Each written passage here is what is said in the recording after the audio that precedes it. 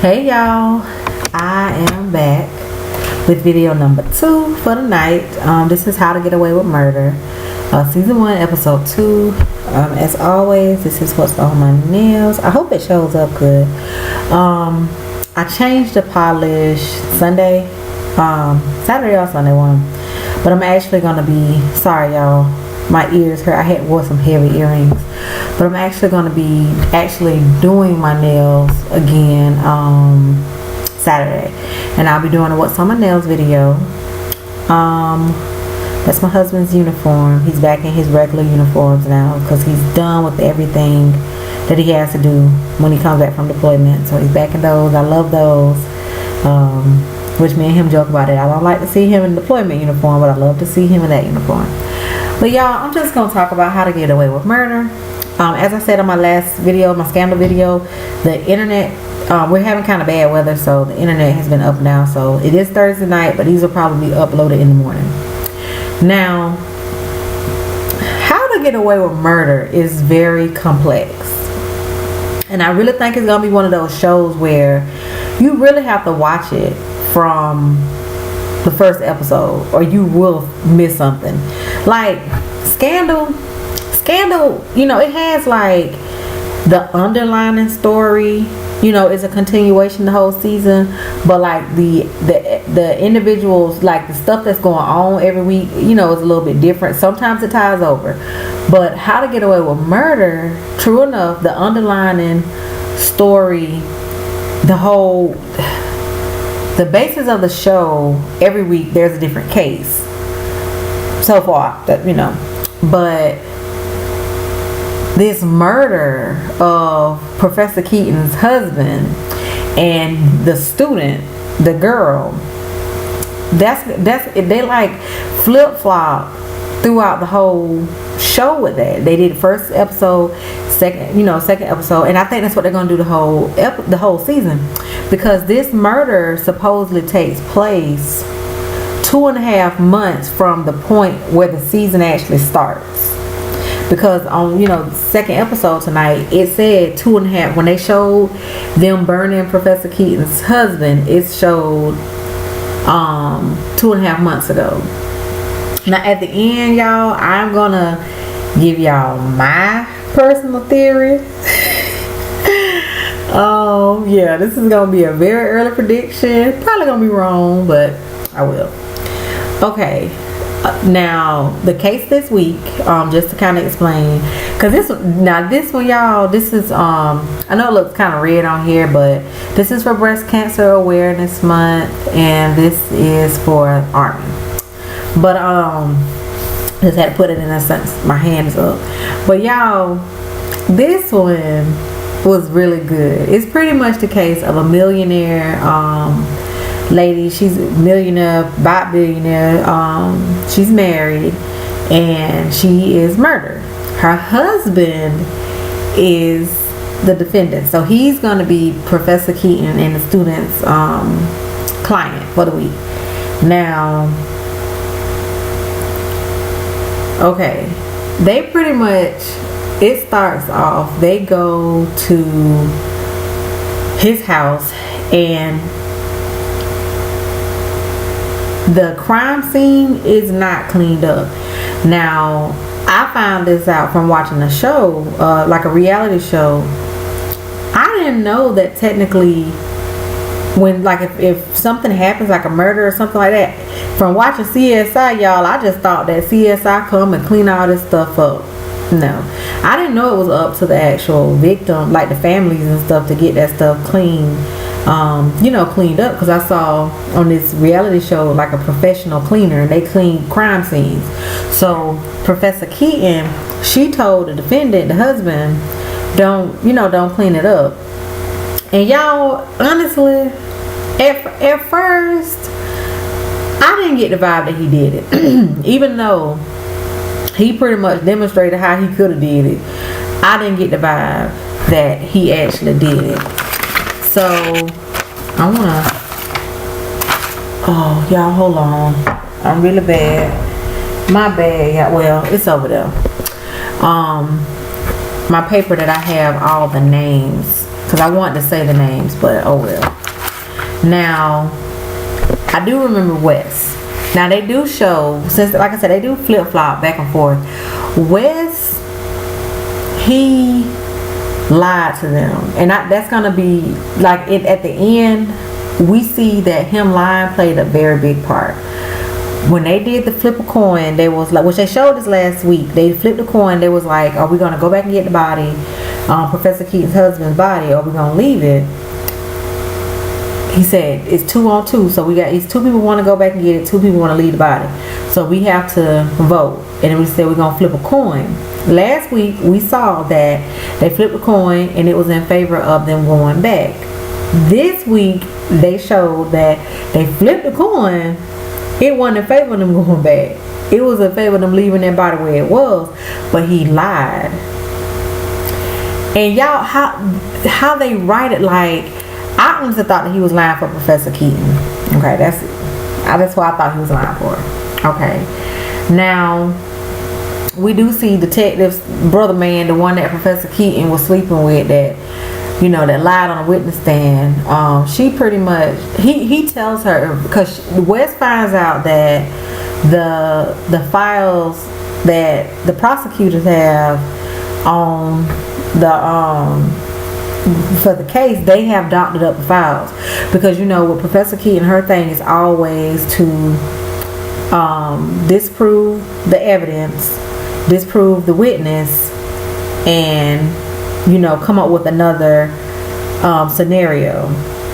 Now, so this week, the disprove the evidence was the file. They doctored up the file. The officer who actually found the knife that that was used to kill the lady, it was an officer that had just got in trouble for like coming to work pissy drunk. So of course they don't want to put him on the stand because he's not credible. So Wes found that out. So they pretty much, she pretty much made the police department look stupid. So brother man detective, he come and tell her like, look, they gunning for you better watch your back. And she's like, well, I'm sorry. She trying to play all nice, but he like, no, you made me lie on the stand. I could have got fired. I could have lost it all. And I'm done with you. As a matter of fact, don't say nothing else to me, or I'm going to call your husband and I'm going to tell him everything that I done did to you in his house. I said, ooh, okay now. All right, detective man. Tell it. And she, like, seriously, you could tell, like, she's hurt. Like, no. You can't do this. So I'm like, Now, the next thing that with the case, like I said, the first thing is to discredit the evidence. The next thing they do is I can't remember his name, but the one that's gay, he get his little Asian boo thing to hack into the witness, her emails and stuff, and they find out that she's saying, oh yeah, he probably killed her, blah blah blah. They find out that no, they were in love. So they discredit her. Okay. Because just like the first episode, all the students, Wes, Laurel, I think is the girl name. What is the black girl name? Michaela, I think, and then it's the other boy. I can't think of his name. They're all trying to outdo each other. I would say take Wes out, because Wes isn't really, he's not as cutthroat to me when it comes to the cases as the rest of them, but clearly he cutthroat because he lying, but the next thing is they have the guy, the defendant, his daughter. Okay, his daughter comes and she's pretty much a witness to, she's a witness, she's like a character witness. While she's on the stand, the prosecutor gives her a file from Sweden where her birth mother was supposedly killed, because her birth mother was supposedly killed in a car accident when she was 3, and then like a year later or something, her dad met her stepmother and they fell in love and they got married. Come to find out, that was a lie. Mama was murdered, throat was cut, and Daddy was accused. Daddy went to trial, but Daddy was acquitted. He was found not guilty. And they give her this information on the stand, and she just snaps, you know, she just is like, oh my God, blah blah blah. She really sells it. Okay, so they're pretty much like, they like, Professor Keaton look at him when they find out that he had went to trial for murder for his first wife. Like, she wanted to slap the piss out of him, because her whole thing is, tell me everything. You know, I can work with you if you tell me. So she, you know, agrees to continue with the case, but she's pretty much like, if you lie to me again, that's it. So they all go back to his house, to his mansion, and they're trying to figure out, you know, what and what. Like, what do we have that, you know, they're looking at the crime scene, they're like, what do we have that would help us? So Laurel, the white student, I may have her name wrong, but I think I got it right. She pretty much figures out, like, she's looking at the crime scene, and then she's looking at the fact that he's an avid hunter. She pretty much figures out, like, wait a minute, this don't fit. He did murder. They figure out that he did murder his first wife, even though he's acquitted. He murdered her. Also, come to find out, he murdered her, and him and the woman who he eventually married, the one that's dead now, they was having an affair. And pretty much it kind of seemed like he murdered his first wife, the mother of his child, to kind of get her out of the way, because she ain't have nothing, so he can be with his second wife, the one who was like a millionaire. Well, so they figure out that he did actually kill her, but look how he killed her. He just cut her throat, and that was it. This other lady, the wife now, she all hacked up. She was like stabbed like 16 to 17 times. It's blood everywhere. It's just like gruesome. So they pretty much get him to admit on the stand, because, you know, there is a such thing as double jeopardy. You cannot, you can't charge somebody for a crime twice. If you know, if they find acquitted, you know, not guilty, you can't charge them. Now you can try to charge him for another crime, but you can't charge him for the same crime twice. Plus, with them, him killing his first wife was not in the United States, it was in Sweden. So he's pretty much free, you know, he can tell himself and nothing's gonna happen. So pretty much they get him to tell the truth that, yeah, I killed my first wife, I was acquitted, but I killed my first wife, but I didn't kill my second wife. And they have a forensic expert that comes and pretty much says, like, yeah, this ain't the same people. Like, the first, you know, murder, the lady was killed, you know, just one hit the jugular vein, and that was it. The second wife, she like all hacked up, hacked to pieces, you know. So while the doctor is testifying, Wes is sitting there, and he figures out, y'all, that the daughter killed the stepmama, because she pretty much found out early. She lied and tried to, which Professor Keaton figured it out too. She lied, like the prosecutor didn't know anything about her father getting tried for the murder of her mother. They didn't know that. She sent it to them. And Jake, I think is his name, he gave the information to Professor Keaton to let her know, hey, the daughter is the one who's providing the prosecutor with all the information. So they had already figured out that she's the one that did it. But that's not her job. Her job is solely to prove that her client did not do it. So even though they figured out that she did it, they wasn't going to use that. So she pretty much killed her because she found out that her father had lied to her, and that her stepmama lied to her, and that they, you know, her daddy killed her mama to be with her stepmama. So she wanted revenge. So she killed the stepmama and framed the daddy. So of course he got off. He was found out guilty. And he was pretty much like, I'm gonna find a way to punish her, I'm not gonna kill her, blah blah blah. So the episode pretty much ends with Professor Keaton. She thinks that her husband killed the student. She really thinks he was sleeping with her, which she hinted that he has cheated on her with students in the past.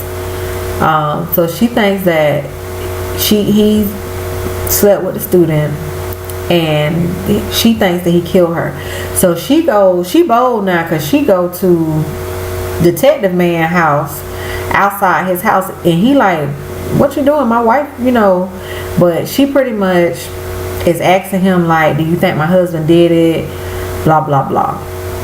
Okay, so again, y'all, they keep flip-flopping. So the last scene, we see Wes go home, and Rebecca, the girl that lived near him in his apartment complex, she getting arrested. Come to find out, when they had the body, when they was fixing to flip the coin, if they was gonna go back and get the body, they decided, Wes lied and said, they had to go back and get the body. Then they wanted to burn the body. Wes was the one who went in and bought the stuff to burn the body. When he went in and bought the stuff, he called somebody. The whole episode, y'all, I was thinking he called Professor Keaton. No, he called Rebecca. He called Rebecca and said, it's done. The evidence is done. Then he goes to her hotel room, and he's like, I'm here. You're safe. I'm never leaving you. And they kiss. Now, back up a little bit. Before, like right after she got arrested, he went into his bathroom because he remembered she came over, and he sees that she left a phone. He can't get into this phone. So this is my theory, y'all. We're on episode 2, but I'm gonna put it in. What I think happened, I think that Professor Keaton's husband was sleeping with the student.